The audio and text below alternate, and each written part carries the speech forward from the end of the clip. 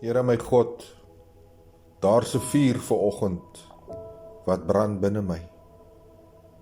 Die vuur van Jesus Christus ons Here. Die vuur wat die Heilige Gees ons inlei.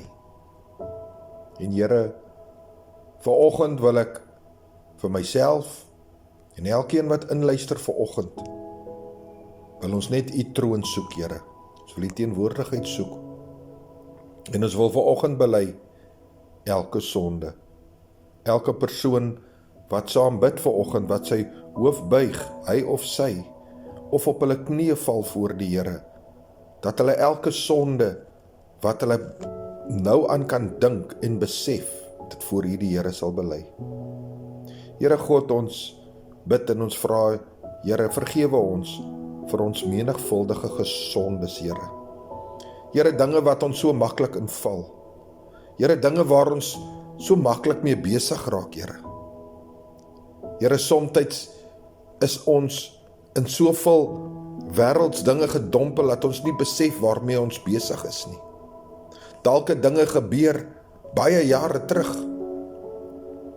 En Here, vandag loop ons nog steeds met hierdie sonde. Ons het nog nooit hierdie sonde voor die aangesig van die Here gebring nie.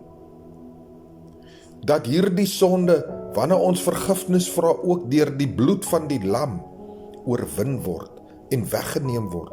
En wanneer God deur Jesus weer na ons kyk, sien hy geen meer sonde nie. Here, mag elke persoon wat vanoggend hierdie huikering, hierdie aanraking van die Heilige Gees ervaar, en die teenwoordigheid van Jesus ervaar in hulle harte, Here, elke sonde bely, elke misstap, elke verkeerde woord, elke denk, elke platform wat ons na kyk, elke persoon of ander persoon waaroor ons 'n vloek uitspreek. Here, elke verkeerde daad wat ons al in ons lewe gedoen het, wat ons die Satan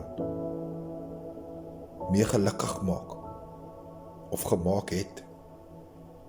Here, ek bely vanoggend elke ene van hierdie dinge.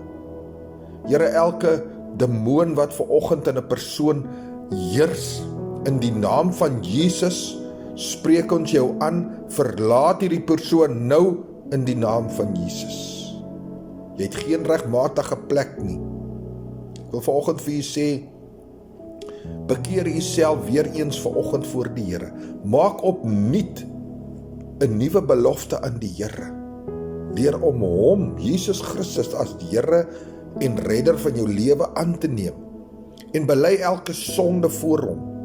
Jakobus 5, daar in die 16de vers, sê dat wanneer jy jou sondes bely, en jy bid 'n gebed van 'n regverdige, is daar krag in daai gebed in die naam van Jesus.